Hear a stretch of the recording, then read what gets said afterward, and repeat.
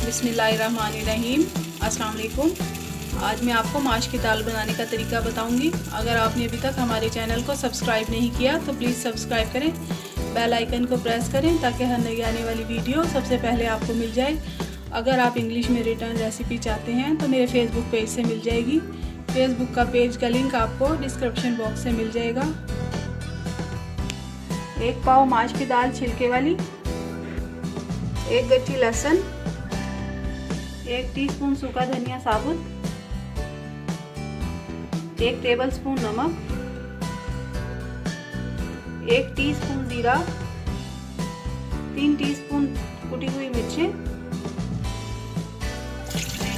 दाल और पानी डाल दूंगी मैं।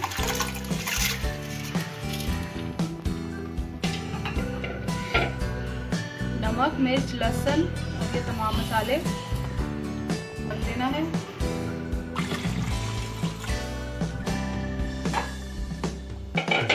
अब इसको ढक्कन ढक के बंद कर दूंगी दाल गलने तक।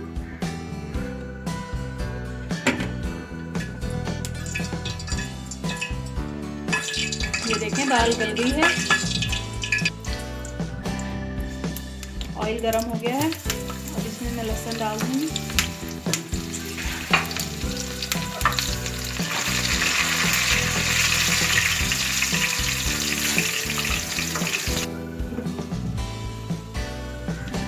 डाल देंगे।